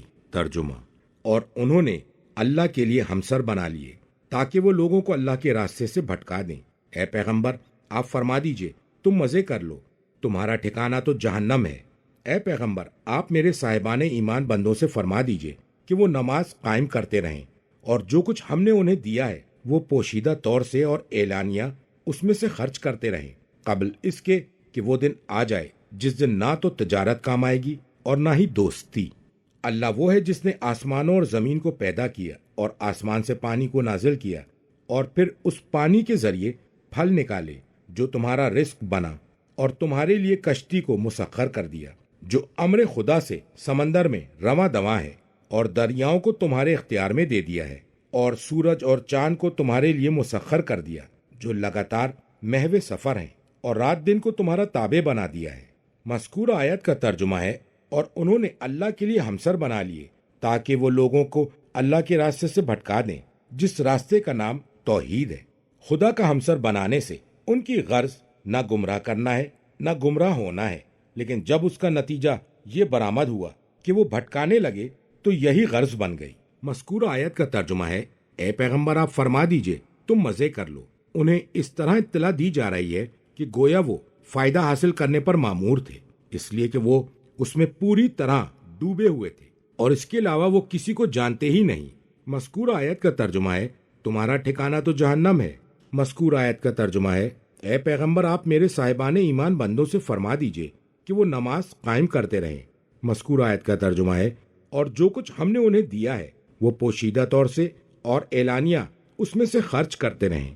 تفسیر عیاشی میں ہے کہ سرن کے معنی ہے مزمرن، دل میں چھپا ہوا۔ یہ ان حقوق میں سے ہے جو فرض زکوٰۃ کے علاوہ ہے۔ مذکور آیت کا ترجمہ ہے، قبل اس کے کہ وہ دن آ جائے جس دن نہ تجارت کام آئے گی، کہ جنہوں نے عمل میں کوتاہی کی ہے وہ مول لے کر اپنے عمل کی کمی کا تدارک کر لیں، یا اس مال کے ذریعے اپنے نفس کا فدیہ دے دیں۔ مذکور آیت کا ترجمہ ہے، اور نہ ہی دوستی کہ کوئی دوست تمہاری شفاعت کر دے۔ تفسیر قمی میں ہے، مذکور آیت کے الفاظ سے مراد کسی قسم کی دوستی اور رفاقت نہ ہوگی۔ مذکور آیت کا ترجمہ ہے، اللہ وہ ہے جس نے آسمانوں اور زمین کو پیدا کیا ہے اور آسمان سے پانی کو نازل کیا، پھر اس پانی کے ذریعے پھل نکالے۔ مذکور آیت کا ترجمہ ہے، تمہارے لیے رزق جس پر تمہاری زندگی کا دار و مدار ہے، اور اس نے کھانے کی چیزیں اور پہننے کی چیزیں وغیرہ شامل ہیں۔ مذکور آیت کا ترجمہ ہے، اور تمہارے لیے کشتی کو مسخر کر دیا جو امر خدا سے سمندر میں رواں دواں ہے، تم اسے جس طرف چاہے بھیج سکتے ہو۔ مذکور آیت کا ترجمہ ہے، اور دریاؤں کو اور نہروں کو تمہارے اختیار میں دے دیا ہے، اسے تمہارے فائدے کے لیے بنایا ہے اور تمہارے استعمال میں دے دیا ہے اور تمہیں سکھا دیا ہے کہ اسے کیسے بنایا جاتا ہے۔ مذکورہ آیت کا ترجمہ ہے، اور سورج اور چاند کو تمہارے لیے مسخر کر دیا ہے جو لگاتار محو سفر ہیں، وہ مخلوق کو فائدہ پہنچانے میں کوتاہی نہیں کرتے، زمین، نباتات اور اجسام کے لیے جو موضوع اور درست ہوتا ہے اسے مہیا کرتے ہیں۔ مذکورہ آیت کا ترجمہ ہے، اور رات اور دن کو تمہارا تابع بنا دیا ہے جو ایک دوسرے کے پیچھے آتے ہیں تمہارے آرام اور تمہارے روزگار کے لیے۔ ترجمہ، اور اس نے تمہیں ہر وہ چیز دی جو تم نے مانگی۔ اگر تم اللہ کی نعمتوں کو شمار کرنا چاہو تو گن نہ سکو گے، بے شک انسان بڑا ہی ظالم اور ناشکرا ہے۔ اور یاد کرو جب ابراہیم نے کہا تھا، میرے پروردگار تو اس شہر کو جائے امن بنا دے اور مجھے اور میری اولاد کو بت پرستی سے بچا۔ اے میرے رب، ان بتوں نے بہت سے لوگوں کو گمراہ کیا ہے، پس جو بھی میرا اتباع کرے گا وہ میرا ہوگا، اور جو میری نافرمانی کرے گا تو بے شک تو بخشنے والا اور مہربان ہے۔ مذکورہ آیت کا ترجمہ ہے، اور جو کچھ تم نے اس سے مانگا وہ اس نے دے دیا۔ تفسیر عیاشی میں امام باقر علیہ السلام سے ہے، ثواب اور وہ چیز جس کا تم نے اللہ سے مطالبہ بھی نہیں کیا تھا وہ سب کچھ اس نے تمہیں عطا کیا۔ ہو سکتا ہے اس سے مراد یہ ہو کہ تم نے اللہ سے جو مانگا ہے وہ سوال کیا جائے یا سوال نہ کیا جائے، ضرور ملے گا، لیکن مناسب یہی تھا کہ اس سے سوال نہ کیا جائے۔ مذکورہ آیت کا ترجمہ ہے، یعنی تم ان نعمتوں کو گن نہیں سکتے اور نہ ہی تم میں اس قسم کی اقسام کو محصور کرنے کی قوت ہے، چہ جائے کہ تم ان کو الگ الگ مشخص کر سکو۔ امام زین العابدین سے کافی میں روایت ہے کہ آپ جب اس آیت کو پڑھتے تھے تو فرماتے تھے، بعظمت ہے وہ ذات کہ جس نے نعمت کی معرفت کا کمال کسی کو عطا نہیں کیا، ہاں اگر اس نے معرفت کی صلاحیت عطا کی ہے تو ایسی کہ جس میں کمال نہیں بلکہ کوتاہی ہے، بالکل ویسے ہی جیسے اس نے کسی شخص کو علم سے زیادہ ادراک کی صلاحیت عطا نہیں کی، تاکہ انسان پروردگار کا شکر اس طرح ادا کرے جیسے شکر پروردگار میں کمال نہ ہونے پر شکر گزار ہوتے ہیں، اور پروردگار نے ان کی تقصیر کے ساتھ معرفت کو ہی ان کا شکر قرار دیا، جیسے وہ علماء کے علم کے بارے میں جانتا ہے کہ وہ پروردگار کا ادراک نہیں کر سکتے، اس لیے اللہ نے اسے ہی ایمان قرار دے دیا، یہ جانتے ہوئے کہ اللہ نے بندوں کو جتنی وسعت عطا کی وہ بندہ اس سے آگے نہیں بڑھ سکتا، اور اس کی مخلوق میں سے کوئی چیز عبادت کی انتہا تک نہیں پہنچ سکتی، اور کوئی ایسی چیز اس کی عبادت کی وسعتوں تک کیسے پہنچ سکتی ہے، جبکہ اللہ کی کوئی حد نہیں ہے، اس کی نعمتوں کا شمار نہیں، اور نہ ہی اس کی کیفیت کا علم ہے، اور پروردگار ایسی باتوں سے بہت زیادہ عرفہ و اعلیٰ ہے۔ مذکورہ آیت کا ترجمہ ہے، بے شک انسان بڑا ہی ظالم ہے کہ نعمت کا شکر ادا نہیں کرتا۔ مذکورہ آیت کے لفظ سے مراد وہ کفران نعمت کرتا ہے۔ مذکورہ آیت کا ترجمہ ہے، اور یاد کرو جب ابراہیم نے کہا تھا، میرے پروردگار تو اس شہر کو یعنی مکہ مکرمہ کو، مذکورہ آیت کے لفظ سے مراد ان لوگوں کے لیے جائے امن بنا دے جو یہاں سکونت پذیر ہیں۔ اس کا بیان سورہ بقرہ کی آیت 126 کے ذیل میں بیان کیا جا چکا ہے۔ مذکورہ آیت کا ترجمہ ہے، اے اللہ تو مجھے اور میری اولاد کو بت پرستی سے بچا۔ تفسیر عیاشی میں امام صادق علیہ السلام سے مروی ہے کہ ایک شخص آپ کی خدمت میں حاضر ہوا اور اس نے آپ سے کسی چیز کے بارے میں سوال کیا، امام نے جواب نہیں دیا تو اس شخص نے کہا، اگر آپ اپنے والد کے فرزند ہیں تو آپ بت پرستوں کی اولاد میں سے ہیں۔ امام علیہ السلام نے اس سے کہا، تم نے جھوٹ کہا، اللہ تعالیٰ نے ابراہیم علیہ السلام کو حکم دیا کہ وہ اسماعیل کو مکے میں لے آئیں، تو انہوں نے ایسا ہی کیا، تو ابراہیم علیہ السلام نے دعا طلب کی۔ مذکورہ آیت کا ترجمہ ہے، لہٰذا اولاد اسماعیل علیہ السلام میں کسی نے بھی بتوں کی پرستش نہیں کی، لیکن عربوں نے بتوں کو پوجا۔ اولاد اسماعیل نے کہا کہ یہ ہمارے شفیع ہیں، انہوں نے کفر کیا لیکن بتوں کو نہیں پوجا۔ کتاب احتجاج میں امیر المومنین علیہ السلام سے مروی ہے، آپ نے فرمایا کہ چونکہ خداوند عالم نے ان افراد کو جو کفر میں مبتلا ہیں مقام انبیاء اور اولیاء تک رسائی سے باز رکھا ہے، اور ہم اسے حضرت ابراہیم علیہ السلام کے خطاب میں دیکھ سکتے ہیں۔ مذکورہ عربی کا ترجمہ ہے، میرا عبد ظالموں تک نہیں پہنچے گا، یعنی مشرکین تک، اس لیے کہ اللہ نے شرک کو ظلم قرار دیا ہے۔ ارشاد باری ہے، مذکورہ آیت کا ترجمہ ہے، بے شک شرک عظیم ظلم ہے۔ جب ابراہیم علیہ السلام نے یہ جان لیا کہ امامت کے لیے اللہ کا عہد بت پرستوں تک نہیں پہنچے گا، تو اسی لیے فرمایا۔ مذکور آیت کا ترجمہ ہے، پروردگار تو مجھے اور میری اولاد کو بتوں کی پرستش سے بچا۔ کتاب اعمالی میں نبی اکرم سے جو روایت ہے وہ اس روایت کے کافی قریب ہے، البتہ اس کے آخر میں یہ ہے کہ دعوت دین مجھ تک اور میرے بھائی علی تک پہنچی۔ ہم میں سے کسی نے بھی ہرگز بتوں کو سجدہ نہیں کیا، تو اللہ تعالیٰ نے مجھے نبی بنایا اور علی کو وصی بنا دیا۔ مذکور آیت کا ترجمہ ہے، اے میرے رب، ان بتوں نے بہت سے لوگوں کو گمراہ کیا ہے، یعنی ان کی گمراہی کا سبب بنے ہیں، جیسا کہ اللہ کا قول ہے۔ مذکور آیت کا ترجمہ ہے، دنیا کی زندگی نے انہیں دھوکے میں ڈال رکھا ہے۔ مذکور آیت کا ترجمہ ہے، پس جو بھی میرا اتباع کرے گا وہ مجھ سے ہوگا، اور جو میری نافرمانی کرے تو بے شک تو بخشنے والا اور مہربان ہے۔ تفسیر عیاشی میں امام صادق علیہ السلام سے مروی ہے کہ تم لوگوں میں سے جو بھی اللہ سے ڈرتا اور صحیح راستے پر چلتا ہے اس کا تعلق ہم اہل بیت سے ہے۔ دریافت کیا گیا، کیا آپ اہل بیت سے ہیں؟ فرمایا، ہاں، ہم اہل بیت سے۔ حضرت ابراہیم علیہ السلام نے اسی بارے میں فرمایا تھا۔ مذکور آیت کا ترجمہ ہے کہ جو بھی میرا اتباع کرے گا وہ مجھ سے ہوگا۔ امام محمد باقر علیہ السلام سے مروی ہے کہ جو بھی ہم سے محبت کرتا ہے اس کا ہم اہل بیت سے تعلق ہے۔ سوال کیا گیا، آپ سے؟ فرمایا، ہاں، ہم سے، خدا کی قسم، کیا تم نے ابراہیم کا یہ قول نہیں سنا؟ فامن تابعانی فإنہ منی۔ امام صادق علیہ السلام سے مروی ہے، مذکور آیت کا ترجمہ ہے، اور جس نے میری نافرمانی کی تو اے اللہ تو بخشنے والا اور مہربان ہے۔ فرمایا، تو اس بات پر قادر ہے کہ اس کی مغفرت کرے اور اس پر رحم کرے۔ ترجمہ، اے ہمارے پروردگار، میں نے اپنی ذریت میں سے کچھ کو بے آب و گیا وادی میں تیرے محترم گھر کے پاس ٹھہرا دیا ہے، میرے پروردگار، تاکہ یہ لوگ نماز قائم کریں۔ تو لوگوں کے دلوں کو ان کی جانب مائل کر دے اور انہیں پھلوں کے رزق سے نواز دے، ہو سکتا ہے کہ وہ شکر ادا کریں۔ مذکور آیت کا ترجمہ ہے، اے ہمارے پروردگار، میں نے اپنی ذریت میں سے بعض کو ٹھہرا دیا ہے۔ اس سے مراد حضرت اسماعیل علیہ السلام اور ان کی اولاد ہے۔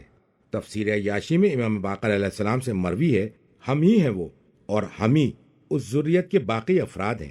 تفسیر عیاشی اور تفسیر قمی میں امام صادق علیہ السلام سے مروی ہے، خدا کی قسم ہم ہی اس اطرت کے باقی ماندہ افراد ہیں۔ اور مجموع البیان میں یہ اضافہ ہے کہ ابراہیم علیہ السلام کی دعا ہمارے لیے مخصوص تھی۔ مذکور آیت کا ترجمہ ہے، ایسی وادی میں جو بے آب و گیا ہے، یعنی مکہ مکرمہ میں۔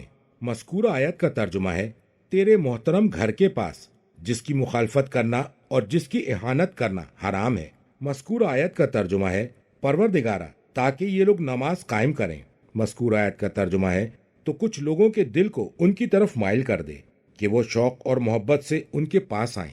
تفسیر عیاشی میں امام محمد باقر علیہ السلام سے مروی ہے، اللہ کی مراد تمام لوگ نہیں ہیں، تم اور تمہارے جیسے افراد، انسانوں میں تم جیسے افراد اتنے ہی ہیں جیسے کالے بیل میں سفید بال یا سفید رنگ کے بیل میں کالے بال۔ لوگوں کو چاہیے کہ اس گھر کا قصد کریں اور اس کی تعظیم کریں، اس لیے کہ اللہ تعالیٰ نے خود اس گھر کی عظمت بیان کی ہے، اور ہم سے ملاقات کریں اس حیثیت سے کہ ہم اللہ کے واضح ثبوت ہیں۔ مذکور آیت کے الفاظ سے مراد ان کی طرف دل مائل ہوں۔ اس آیت کو جوامع میں اہل بیت کی طرف نسبت دی گئی ہے۔ کتاب کافی میں امام باقر علیہ السلام سے مروی ہے کہ آیت میں بیت مراد گھر نہیں ہے، ورنہ کہتا الہ، اس کی طرف، خدا کی قسم ہم ابراہیم کی دعا ہیں۔ کتاب احتجاج میں امیر المومنین علیہ السلام سے مروی ہے کہ لوگوں کے دل ہماری طرف مائل ہیں، اور یہ ابراہیم علیہ السلام کی دعا ہے، جیسا کہ فرمایا، فجعل افئدۃ من الناس تہوی الیہم۔ کتاب بصائر میں امام صادق علیہ السلام سے ایک حدیث میں مروی ہے کہ اللہ تو لوگوں کے دلوں کو ہماری طرف مائل کر دے۔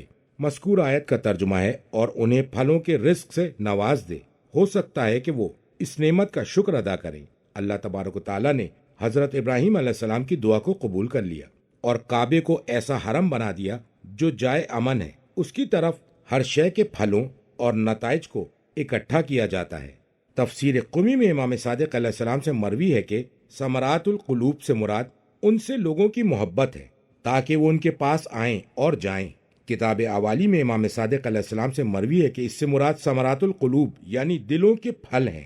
امام محمد باقر علیہ السلام سے مروی ہے کہ پوری دنیا سے ان لوگوں کی طرف پھل لائے جاتے تھے۔ اللہ تعالیٰ نے حضرت ابراہیم علیہ السلام کی دعا قبول کر لی، لہٰذا مشرقی اور مغربی ممالک میں پایا جانے والا پھل یہاں پر پایا جاتا ہے۔ یہ بات بھی بیان کی گئی ہے کہ شہر مکہ میں ایک ہی دن موسم بہار، موسم گرما، موسم خزاں اور موسم سرما کے پھل پائے جاتے ہیں۔ علل الشرائع میں امام رضا علیہ السلام سے دوسری حدیث میں ہے، جو پہلے سورہ بقرہ کی آیت 126 کے ذیل میں بیان کی جا چکی ہے۔ تفسیر قمی میں امام صادق علیہ السلام سے مروی ہے کہ حضرت ابراہیم علیہ السلام شام کے صحرا میں پڑاؤ ڈالے ہوئے تھے۔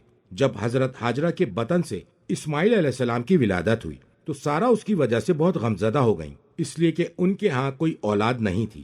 وہ ابراہیم کو ہاجرہ کے بارے میں اذیت دیتی اور انہیں رنج و الم میں مبتلا کر دیتی۔ ابراہیم علیہ السلام نے اللہ سے اس بات کی شکایت کی۔ اللہ تبارک و تعالیٰ نے ان کی طرف وحی کی کہ عورت کی مثال ٹیڑھی پسلی کی طرح ہے، اگر اسے اس کی حالت پر چھوڑ دو گے تو اس سے فائدہ اٹھاؤ گے، اور اگر اسے سیدھا کرو گے تو وہ ٹوٹ جائے گی۔ پھر اللہ نے حکم دیا کہ وہ اسماعیل اور ان کی والدہ کو سارا سے دور لے جائیں۔ ابراہیم علیہ السلام نے دریافت کیا، بار الہ میں انہیں کہاں لے جاؤں؟ اللہ نے فرمایا، میرے حرم میں لے جاؤ اور میرے امن میں لے جاؤ۔ میں نے زمین کے اس خطے کو سب سے پہلے پیدا کیا تھا اور یہ مکہ مکرمہ ہے۔ جبرائیل امین نازل ہوئے، وہ براق لے کر آئے اور حضرت ہاجرہ، اسماعیل اور حضرت ابراہیم کو اس پر بٹھا کر چلے۔ جب بھی ابراہیم علیہ السلام کسی خوبصورت جگہ سے گزرتے جہاں درخت، نخلستان اور کھیت ہوتے تو ابراہیم جبرائیل سے کہتے، اے جبرائیل، کیا یہی وہ جگہ ہے؟ جبرائیل جواب دیتے، نہیں، ابھی چلتے رہیں، یہاں تک کہ وہ مکہ پہنچ گئے۔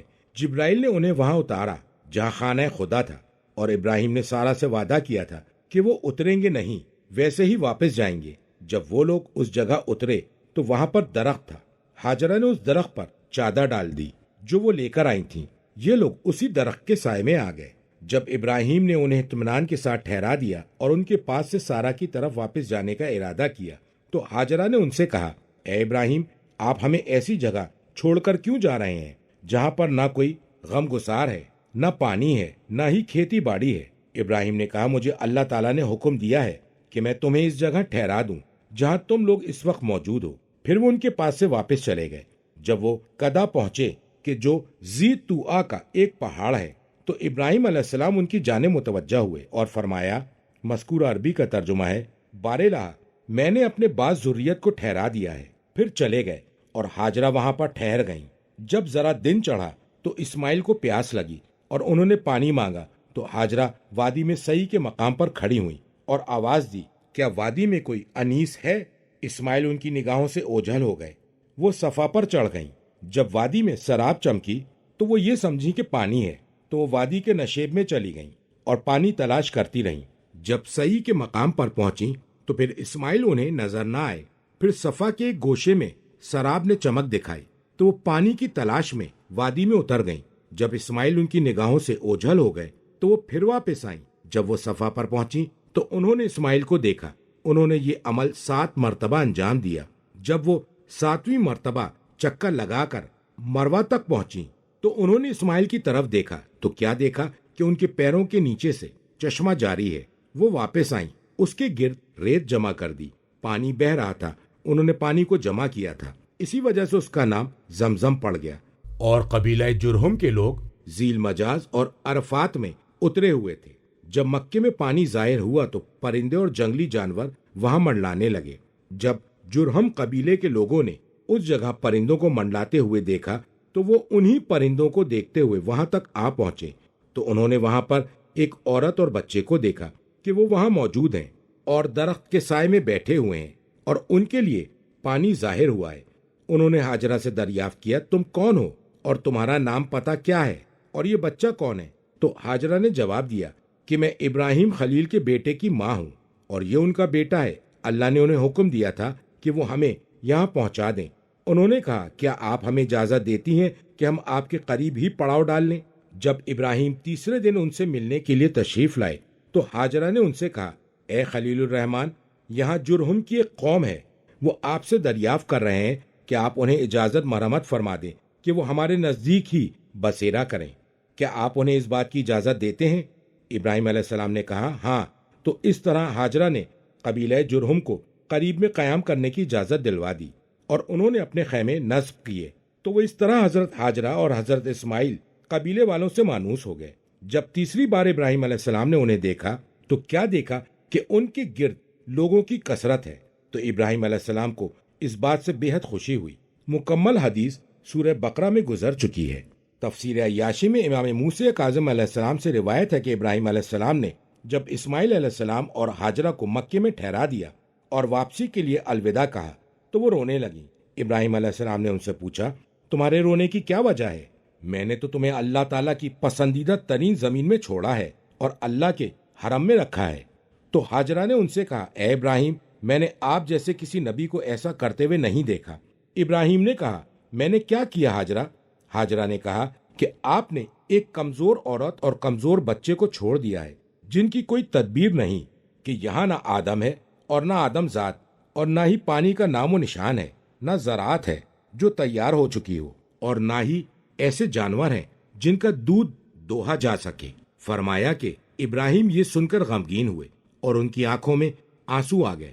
جب انہوں نے ہاجرہ کی بات سنی تو آگے بڑھے، بیت اللہ الحرام کے دروازے تک پہنچے۔ انہوں نے کعبے کی چوکھٹ کو پکڑ کر کہا، ربنا انی اسکنت من ذریتی۔ فرمایا اس وقت اللہ تعالیٰ نے ابراہیم پر وحی کی کہ تم ابو قبیس پر چڑھ جاؤ اور لوگوں کو آواز دو اور کہو، اے لوگو، اللہ تمہیں اس گھر کے حج کا حکم دیتا ہے جو مکے میں واقع ہے، جو حرم الہی ہے۔ جو بھی آنے کی استطاعت رکھتا ہو یہ اللہ کی جانب سے اس پر فرض قرار دیا گیا ہے۔ اللہ تعالیٰ نے حضرت ابراہیم کی آواز کو پھیلا دیا یہاں تک کہ مشرق اور مغرب اور اس کے درمیان اللہ کے قضاء و قدر کے مطابق اسلاب رجال میں جتنے نطفے تھے، اور اللہ نے قیامت تک قضاء و قدر کے لحاظ سے جو کچھ عورتوں کے ارحام میں رکھا تھا سب کو وہ آواز سنوائی گئی، اور اسی اعتبار سے تمام مخلوقات پر حج کو فرض قرار دیا گیا۔ اور حجاج کرام حج کے دنوں میں جو تلبیہ کہتے ہیں، یعنی لبیک اللہم لبیک، یہ در حقیقت ابراہیم علیہ السلام نے جو حج کی دعوت دی تھی اسے لبیک کہنا ہے۔ کتاب کافی اور تفسیر عیاشی میں امام باقر علیہ السلام سے مروی ہے کہ آپ نے ملاحظہ فرمایا کہ لوگ کعبے کے گرد طواف کر رہے ہیں، تو امام علیہ السلام نے فرمایا کہ اس طرح زمانہ جاہلیت میں طواف کیا جاتا تھا۔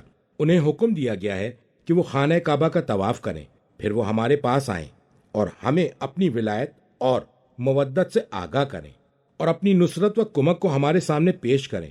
پھر آپ نے اس آیت کی تلاوت فرمائی، فَجْعَلْ أَفْئِدَةً مِّنَ النَّاسِ تَهْوِي إِلَيْهِمْ۔ عیاشی نے اس روایت میں اضافہ کیا ہے، فرمایا کہ آل محمد کی طرف مائل ہو جاؤ، صلوات اللہ علیہم، پھر فرمایا ہماری طرف۔ ترجمہ، خدایا تو جانتا ہے ہم جو کچھ چھپاتے اور جو ظاہر کرتے ہیں، اور اللہ سے کوئی شے بھی پوشیدہ نہیں ہے، نہ زمین میں اور نہ ہی آسمان میں۔ تمام حمد اس اللہ کے لیے ہے جس نے بڑھاپے میں مجھے اسماعیل و اسحاق جیسے بیٹے دیے۔ بے شک میرا پروردگار دعاؤں کو سنتا ہے۔ اے میرے خدا، تو مجھے نماز قائم کرنے والا بنا اور میری اولاد میں سے بھی۔ اے ہمارے رب، تو میری دعا کو قبول کر لے۔ مذکورہ آیت کا ترجمہ ہے، خدایا تو جانتا ہے ہم جو کچھ چھپاتے اور جو ظاہر کرتے ہیں۔ تو ہمارے رازوں سے اسی طرح آشنا ہے جس طرح تو ہمارے ظاہری امور کو جانتا ہے۔ اس کا مفہوم یہ ہے کہ اللہ تو ہمارے احوال اور ہماری مصلحتوں سے باخبر ہے۔ اگر تو ہمارے نفوذ کے ذریعے ہم پر اپنا فضل و کرم کرے تو پھر ہمیں طلب کرنے کی ضرورت نہ رہے، لیکن ہم تو تجھے اس لیے پکارتے ہیں کہ بندگی کا اظہار کریں اور یہ واضح کریں کہ ہم تیری رحمت کے محتاج ہیں، اور جو کچھ تجھ سے ملنا ہے وہ ہمیں بہت جلد مل جائے۔ کتاب کافی میں امام صادق علیہ السلام سے مروی ہے، دعا طلب کر کے بندہ جو کچھ مانگنا چاہتا ہے اللہ تبارک و تعالیٰ وہ جانتا ہے، لیکن اللہ یہ چاہتا ہے کہ بندہ اللہ کو اپنی حاجتوں سے آگاہ کرے، لہٰذا جب تم دعا طلب کرو تو اپنی حاجتیں نام لے کر بیان کرو۔ مذکورہ آیت کا ترجمہ ہے، اور اللہ سے کوئی شے بھی پوشیدہ نہیں ہے، نہ زمین میں اور نہ ہی آسمان میں، اس لیے کہ اللہ اپنے ذاتی علم کی بنیاد پر ہر شے کو جانتا ہے، اور اس کے علم کی نسبت ہر معلوم کے لیے مساوی ہے۔ یہاں پر لفظ من استغراق کے لیے آیا ہے، یعنی ہر شے پہ حاوی ہے۔ مذکورہ آیت کا ترجمہ ہے، تمام حمد اس اللہ کے لیے ہے جس نے مجھے بڑھاپے میں عطا کیے جبکہ میں بوڑھا ہو گیا ہوں اور اولاد سے نا امید تھا۔ اللہ نے محبت عطیہ بخشش کو بڑھاپے کے ساتھ مقید کر دیا تاکہ نعمت کی عظمت کو ظاہر کیا جائے اور یہ بھی واضح کیا جائے کہ اس میں خداوند عالم کی نشانی ہے۔ مذکورہ آیت کا ترجمہ ہے اسماعیل اور اسحاق۔ کہا گیا ہے کہ جب ابراہیم علیہ السلام کی عمر 99 سال کی تھی، اس وقت حضرت اسماعیل علیہ السلام کی ولادت ہوئی تھی، اور جب وہ 112 سال کے تھے اس وقت حضرت اسحاق علیہ السلام متولد ہوئے۔ مذکورہ آیت کا ترجمہ ہے بے شک میرا پروردگار دعاؤں کو سنتا ہے، تم اگر اسے پکارو تو وہ لبیک کہتا ہے۔ جیسے تم یہ کہو بادشاہ نے میری بات سن لی، جب اس کی طرف توجہ دی گئی۔ اور اس جملے میں اظہار ہے اس امر کا، ابراہیم نے اپنے رب کو پکارا، اس سے اولاد طلب کی۔ اللہ نے ان کی دعا اس وقت قبول کی جب وہ مایوس ہو چکے تھے۔ مذکورہ آیت کا ترجمہ ہے اے میرے خدا، تو مجھے نماز قائم کرنے والا بنا۔ پروردگارہ، تو مجھے نماز کو درست انداز میں ادا کرنے والا اور اس کا پابند بنا۔ مذکورہ آیت کا ترجمہ ہے اور میری ذریت میں سے بھی اس کا پابند قرار دے۔ مذکورہ آیت کا ترجمہ ہے اے ہمارے رب، تو میری عبادت کو قبول کر لے۔ ترجمہ: بارالہ تو مجھے، میرے ماں باپ اور تمام مومنین کو اس دن معاف کر دینا جس دن حساب قائم ہوگا۔ ظالم لوگ جو حرکتیں کر رہے ہیں، اللہ کو ان سے غافل مت سمجھو، یہ تو انہیں اس دن کے لیے ٹال رہا ہے جب آنکھیں پھٹی کے پھٹی رہ جائیں گی، لوگ سر اٹھائے بھاگے چلے جا رہے ہوں گے، وہ پلکیں بھی نہ جھپکاتے ہوں گے اور ان کے دل دہشت سے ہوا ہو رہے ہوں گے۔ مذکورہ آیت کا ترجمہ ہے بارالہ تو مجھے اور میرے ماں باپ کو بخش دے اور ان کی مغفرت فرما۔ تفسیر عیاشی میں صادقین میں سے ایک سے روایت ہے، فرمایا کہ والدین سے مراد حضرت آدم علیہ السلام اور حضرت حوا ہیں۔ مذکورہ آیت کا ترجمہ ہے اور مومنین کی مغفرت فرما جس دن حساب قائم ہوگا، یعنی قیامت کے دن۔ مذکورہ آیت کا ترجمہ ہے ظالم لوگ جو حرکتیں کر رہے ہیں، تم اللہ کو ان سے غافل مت سمجھو، ظالم کو تنبیہ اور مظلوم کو تسلی ہے۔ مذکورہ آیت کا ترجمہ ہے یہ تو ان کے حساب کو مؤخر کر رہا ہے۔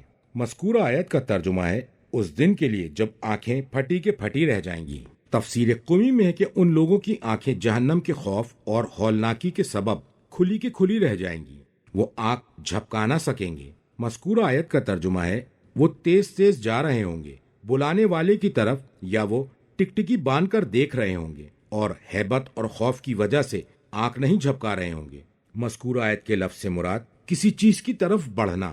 مذکورہ آیت کا ترجمہ ہے اپنے سروں کو اٹھائے ہوئے۔ مذکورہ آیت کا ترجمہ ہے وہ پلکیں بھی نہ جھپکاتے ہوں گے بلکہ ان کی آنکھیں پھٹی کے پھٹی رہ گئی ہوں گی جو جھپک نہیں رہی ہوں گی۔ مذکورہ آیت کا ترجمہ ہے اور ان کے دل دہشت سے ہوا ہو رہے ہوں گے۔ کہا گیا ہے کہ ہوا کا مفہوم ہے خالی ہو جانا، یعنی عقل سے خالی ہو چکے ہوں گے۔ حیرت اور دہشت کی زیادتی کی وجہ سے ان کے قلوب میں نہ قوت ہوگی، نہ جرت ہوگی اور نہ ہی فہم و فراست۔ ترجمہ: اے نبی، آپ لوگوں کو اس دن کے بارے میں ڈرائیے جب عذاب انہیں آ لے گا تو ظالم لوگ یہ کہیں گے اے ہمارے پروردگار، ہمیں تھوڑی سی مہلت دے دے، ہم تیری دعوت پر لبیک کہیں گے اور ہم رسولوں کا اتباع کریں گے۔ کیا تم لوگ وہی نہیں ہو جو پہلے قسمیں کھا کر کہتے تھے کہ تمہیں کبھی زوال نہیں آئے گا، حالانکہ تم ان لوگوں کے گھروں میں رہ چکے ہو جنہوں نے اپنے نفوس پر ظلم ڈھایا تھا، اور تم پر واضح ہو چکا تھا کہ ہم نے ان سے کیسا سلوک کیا تھا، اور ہم نے تمہیں مثالیں دے کر سمجھا بھی دیا تھا۔ وہ اپنی تمام مکاریاں کر چکے، ان کا مکر اللہ کے پاس لکھا ہوا ہے، حالانکہ ان کا مکر ایسے غضب کا تھا جس سے پہاڑ بھی ٹل جائیں۔ اے نبی، آپ ہرگز یہ نہ سمجھیں کہ اللہ نے اپنے رسولوں سے جو وعدے کیے ہیں وہ ان کی خلاف ورزی کرے گا، بے شک اللہ غالب اور انتقام لینے والا ہے۔ مذکورہ آیت کا ترجمہ ہے اے محمد، آپ لوگوں کو ڈرائیں۔ مذکورہ آیت کا ترجمہ ہے اس دن کے بارے میں جب عذاب انہیں آ لے گا۔ مذکورہ آیت کا ترجمہ ہے تو ظالم لوگ یہ کہیں گے۔ مذکورہ آیت کا ترجمہ ہے اے ہمارے پروردگار، ہمیں تھوڑی سی مہلت دے دے تاکہ ہم نے تیری دعوت پر لبیک کہنے میں اور تیرے رسولوں کا اتباع کرنے میں جو کوتاہی کی ہے ہم اس کا تدارک کریں۔ مذکورہ آیت کا ترجمہ ہے کیا تم لوگ وہی نہیں جو پہلے قسمیں کھا کر کہتے تھے۔ مذکورہ آیت کا ترجمہ ہے کہ تمہیں کبھی زوال نہیں آئے گا۔ تفسیر قمی میں ہے کہ تم ہلاک نہیں ہوگے۔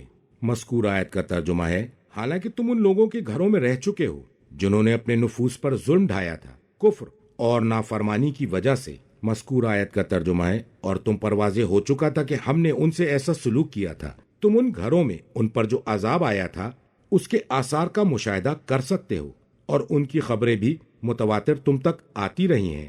مذکورہ آیت کا ترجمہ ہے اور ہم نے تمہیں مثالیں دے کر سمجھا بھی دیا تھا لیکن تم نے عبرت حاصل نہیں کی۔ مذکورہ آیت کا ترجمہ ہے اور وہ تمام مکاریاں جو کرنی تھیں کر چکے، وہ اپنا پورا زور لگا چکے تاکہ حق کو باطل کر دیں اور باطل کو برقرار رکھیں۔ مذکورہ آیت کا ترجمہ ہے اور ان کا مکر اللہ کے پاس تحریری شکل میں ہے، وہ اس کے مطابق انہیں بدلہ دے گا۔ یا مفہوم یہ ہوگا کہ ان لوگوں کی تمام مکاریوں کے بدلے اور اسے باطل کرنے کے لیے وہ جو تدبیر اختیار کرے گا وہ اللہ کے پاس ہے۔ مذکورہ آیت کا ترجمہ ہے اور ان کا مکر ایسے غضب کا تھا، یعنی اتنا عظیم اور شدید تھا۔ مذکورہ آیت کا ترجمہ ہے کہ جس کی وجہ سے پہاڑ بھی اپنی جگہ سے زائل ہو جاتے ہیں۔ مذکورہ آیت کا ترجمہ ہے، اے نبی آپ ہرگز یہ نہ سمجھیں کہ اللہ نے اپنے رسولوں سے جو وعدے کیے ہیں وہ ان کی خلاف ورزی کرے گا جیسے اللہ کا قول۔ مذکورہ آیت کا ترجمہ ہے، بے شک ہم اپنے رسولوں کی مدد کریں گے۔ مذکورہ آیت کا ترجمہ ہے، اللہ نے لکھ رکھا ہے کہ میں اور میرے رسول ضرور غالب آئیں گے۔ مذکورہ آیت کا ترجمہ ہے، بے شک اللہ غالب ہے۔ مذکورہ آیت کا ترجمہ ہے، وہ اپنے اولیاء کے لیے اپنے دشمنوں سے انتقام لے گا۔ ترجمہ: جس دن یہ زمین دوسری زمین سے بدل دی جائے گی اور آسمان بھی تبدیل کر دیے جائیں گے اور سب لوگ خدائے یگانہ اور غالب کے سامنے نکل کھڑے ہوں گے۔ مذکورہ آیت کا ترجمہ ہے، جس دن یہ زمین دوسری زمین سے بدل دی جائے گی، والسماوات، اور آسمان بھی دوسرے آسمانوں سے تبدیل کر دیے جائیں گے۔ تاریخ عامہ سے حضرت علی علیہ السلام سے مروی ہے کہ زمین چاندی کی اور آسمان سونے کے ہو جائیں گے۔ کتاب کافی میں امام باقر علیہ السلام سے مروی ہے کہ زمین بہترین روٹی کی شکل میں تبدیل ہو جائے گی، لوگ حساب سے فارغ ہونے تک اسی میں سے کھاتے رہیں گے۔ سوال کیا گیا، کیا اس دن لوگ کھانے پینے سے غافل ہوں گے؟ امام علیہ السلام نے فرمایا کہ جب وہ جہنم میں ہوں گے تو وہ تھوہڑ کھانے اور گرم پانی پینے سے غافل نہیں ہوں گے، دارا حالے کہ وہ عذاب میں گرفتار ہوں گے، تو پھر حساب کے دوران کھانے پینے سے غافل کیسے ہو سکتے ہیں؟ دوسری روایت میں ہے کہ اللہ نے فرزند آدم کے پیٹ کے اندرونی حصے کو کھوکھلا بنایا ہے، اس لیے انہیں کھانے اور پینے کی ضرورت ہوتی ہے۔ کیا ان کو حساب کے دن کھانے پینے کی زیادہ ضرورت ہوگی یا جہنم میں؟ وہ فریاد کریں گے۔ اللہ فرماتا ہے، مذکورہ آیت کا ترجمہ ہے، اور اگر وہ فریاد کریں گے تو ایسے پانی کے ساتھ سنی جائے گی جو تل چھٹ کے مانند ہوگا، وہ ان کے چہرے بھون ڈالے گا، کیا برا مشروب ہے۔ امام سجاد علیہ السلام سے مروی ہے کہ اس زمین کو دوسری زمین سے بدل دیا جائے گا، یعنی ایسی زمین جہاں پر کھلم کھلا گناہ نہ ہوتے ہوں، نہ ہی اس پر پہاڑ ہوں گے اور نہ ہی نباتات، جس طرح پہلے زمین کو پھیلایا گیا۔ تفسیر مجموع البیان میں طریق عامہ سے نبی اکرم صلی اللہ علیہ وآلہ وسلم سے مروی ہے کہ اللہ تعالیٰ اس زمین کو دوسری زمین سے تبدیل کر دے گا، اسے بچھائے گا، اسے پھیلائے گا، جیسے بازار آکاز کا سامان زمین کے اطراف و جوانب میں پھیل جایا کرتا تھا۔ تم اس زمین میں نہ کجی دیکھو گے اور نہ ہی بلندی۔ پھر اللہ مخلوقات کو ایک مرتبہ ڈانٹ پلائے گا تو وہ لوگ اس تبدیلی میں اپنی پہلی ہی جگہ جیسے رہیں گے۔ جو زمین کے اندر ہے وہ اندر ہوگا اور جو زمین کے اوپر ہے وہ اس کے اوپر رہے گا۔ نبی اکرم سے مروی ہے کہ لوگوں کو قیامت کے دن ایسی زمین پر محشور کیا جائے گا جو سفید اور خاکستری ہوگی، بالکل پاکیزہ روٹی کی مانند یا سورج کی ٹکیا کی طرح ہوگی، اس میں کسی کے لیے راستے کی علامات نہیں ہوں گی۔ نبی اکرم سے مروی ہے کہ آپ سے اس آیت کے بارے میں سوال کیا گیا اور ان سے کہا گیا کہ اس وقت مخلوقات کہاں ہوں گی، تو حضرت نے فرمایا، اللہ کی مہمانی میں، اور اس کے پاس جو ہے ان کے لیے وہ کم نہ ہوگا۔ کتاب احتجاج میں نبی اکرم سے مروی ہے کہ آپ سے اس آیت کے بارے میں سوال کیا گیا اور پوچھا گیا کہ اس روز لوگ کہاں ہوں گے، تو فرمایا اندھیرے میں محشر کے آگے۔ کتاب کافی میں امام باقر علیہ السلام سے مروی ہے، انہوں نے کہا کہ رسول اللہ نے فرمایا، اللہ کے بارے میں ایک دوسرے سے محبت کرنے والے روز قیامت زمرد کی سب زمین پر ہوں گے، عرش کے سائے کے نیچے، اس کے دائیں طرف اس کے دونوں ہاتھ دائیں جانب ہوں گے۔ امام صادق علیہ السلام فرماتے ہیں، رسول اکرم نے فرمایا کہ قیامت کی زمین آگ ہے، سوائے مومن کے سائے کے اس کا صدقہ اس کے لیے سایہ فراہم کرے گا۔ کتاب خصال اور تفسیر عیاشی میں امام باقر علیہ السلام سے مروی ہے کہ اللہ تعالیٰ نے جب زمین کو خلق فرمایا تو اس زمین میں 7 جہان پیدا کیے۔ وہ آدم کی اولاد نہیں ہیں، انہیں سطح زمین سے پیدا کیا تو وہ یکے بعد دیگرے اپنے اپنے جہان کے ساتھ رہے۔ پھر اللہ تعالیٰ نے آدم کو پیدا کیا جو اس بشر کے باپ ہیں، اور ان کی ذریت کو آدم سے خلق کیا۔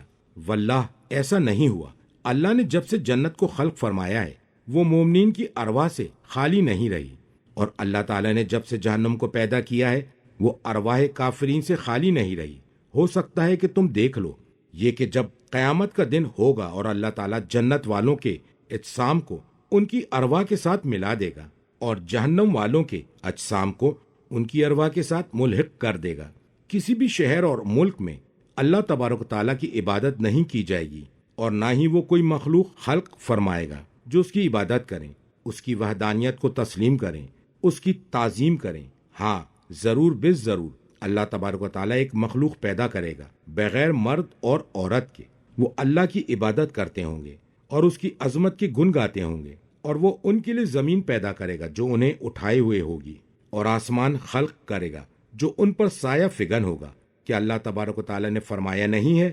مذکورہ آیت کا ترجمہ ہے، کیا ہم پہلی بار پیدا کر کے تھک گئے ہیں؟ نہیں، بلکہ وہ اثر تخلیق کے متعلق شک و شبے میں مبتلا ہیں۔ مذکورہ آیت کا ترجمہ ہے، وہ لوگ خدا یگانہ اور غالب کے سامنے نکل کر کھڑے ہوں گے حساب اور بدلے کے لیے۔ ترجمہ، اور اس دن تم مجرمین کو دیکھو گے کہ زنجیروں میں جکڑے ہوئے ہوں گے، ان کے لباس تارکول کے ہوں گے، اور آگ کے شعلوں نے ان کے چہروں کو ڈھانپ رکھا ہوگا، تاکہ اللہ ہر متنفس کو اس کی کارکردگی کا بدلہ دے۔ بے شک اللہ بہت جلد حساب کر لیتا ہے۔ یہ تمام انسانوں کے لیے ایک پیغام ہے۔ اس کے بھیجنے کا مقصد یہ ہے لوگوں کو اس سے ڈرایا جائے، اور وہ جان لیں کہ بلا شبہ وہی معبود یکتا ہے، اور صاحبان عقل اس سے نصیحت حاصل کریں۔ مذکورہ آیت کا ترجمہ ہے، اور اس دن تم مجرمین کو زنجیروں میں جکڑا ہوا دیکھو گے۔ تفسیر قمی میں ہے کہ وہ ایک دوسرے کے ساتھ بندھے ہوئے ہوں گے۔ کہا گیا ہے کہ اس کا سبب یہ ہے کہ وہ عقائد، اخلاق اور اعمال میں باہمی شریک تھے۔ مذکورہ آیت کا ترجمہ ہے، ان کے کپڑے لباس۔ مذکورہ آیت کا ترجمہ ہے، تارکول کے ہوں گے۔ قطران، تارکول جس سے خارش زدہ اونٹ کو مالش کی جاتی ہے تو وہ خارش اور کھال کو جلا دیتا ہے۔ وہ کالے رنگ کا نہایت بدبودار ہوتا ہے، اس میں آگ جلدی سے بھڑک اٹھتی ہے، اور اسے قطرانن بھی پڑھا جاتا ہے۔ قطر کے معنی ہے تانبے اور پیتل کا سیال مادہ، اور آنی جس کی گرمی انتہا کو پہنچی ہوئی ہو۔ مذکورہ آیت کا ترجمہ ہے، اور آگ کے شعلوں نے ان کے چہروں کو ڈھانپ رکھا ہے۔ چہروں کو اس لیے مخصوص کیا گیا کیونکہ چہرہ بدن کے ظاہر میں سب سے زیادہ عزت کا حامل ہے اور سب سے زیادہ اشرف ہے، جس طرح باطن میں دل کی حیثیت ہے، اور اسی لیے فرمایا۔ مذکورہ آیت کا ترجمہ ہے، جو آگ دلوں تک پہنچے گی، اور اس لیے بھی کہ انہوں نے اپنا رخ حق کی طرف نہیں کیا، اور اللہ کے بارے میں تدبر کرنے کے لیے اپنے حواس خمسہ میں سے کسی ایک کو بھی استعمال نہیں کیا، جس کی وجہ سے اس کی تخلیق عمل میں آئی ہے۔ جس طرح آگ ان کے دلوں تک پہنچ جائے گی، اس لیے ان کے دل معرفت سے خالی اور جہالتوں سے بھرے ہوئے ہیں۔ تفسیر قمی میں امام باقر علیہ السلام سے مروی ہے، مذکورہ آیت کا ترجمہ ہے، ان کے لباس تارکول کے ہوں گے۔ فرمایا وہ پگھلا ہوا گرم پیتل ہوگا۔ اللہ تعالیٰ فرماتا ہے کہ اس کی گرمی انتہا کو پہنچی ہوئی ہوگی، اور آگ نے ان کے چہروں کو ڈھانپ رکھا ہوگا۔ انہوں نے اس پیتل کا لباس زیب تن کیا ہوگا، تو اس طرح ان کے چہروں کو آگ نے ڈھانپ رکھا ہوگا۔ امام صادق علیہ السلام فرماتے ہیں، انہوں نے کہا کہ رسول اکرم صلی اللہ علیہ وآلہ وسلم نے فرمایا کہ جبرائیل علیہ السلام نے کہا کہ اگر جہنمیوں کے لباس میں سے کسی لباس کو آسمان اور زمین کے درمیان معلق کر دیا جائے تو اس کی بدبو اور اس کی حرارت اور چمک کی وجہ سے دنیا والے موت کی آغوش میں چلے جائیں۔ نہج البلاغہ میں ہے کہ انہیں تارکول کا لباس پہنایا جائے گا، اور عذاب کے طور پر آگ کے چھوٹے چھوٹے ٹکڑے ہوں گے جس کی حرارت شدید ہوگی، اور جو وہاں رہ رہے ہوں گے ان پر دروازے کو بند کر دیا جائے گا۔ مذکورہ آیت کا ترجمہ ہے، تاکہ اللہ ہر متنفس کو بدلہ دے، یعنی ان کے ساتھ یہ ہوگا تاکہ ہر فرد کو جزا دی جائے۔ مذکورہ آیت کا ترجمہ ہے، اس کی کارکردگی کا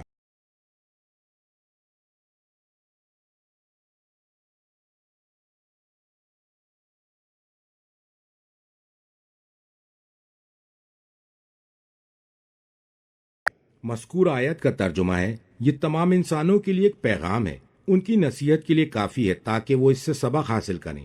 مذکورہ آیت کا ترجمہ ہے، اور اس کتاب کے بھیجنے کا مقصد یہ ہے کہ لوگوں کو اس سے ڈرایا جائے۔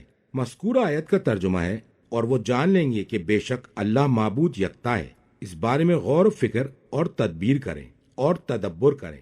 مذکورہ آیت کا ترجمہ ہے، اور صاحبان عقل و خرد کو چاہیے کہ اس سے نصیحت حاصل کریں۔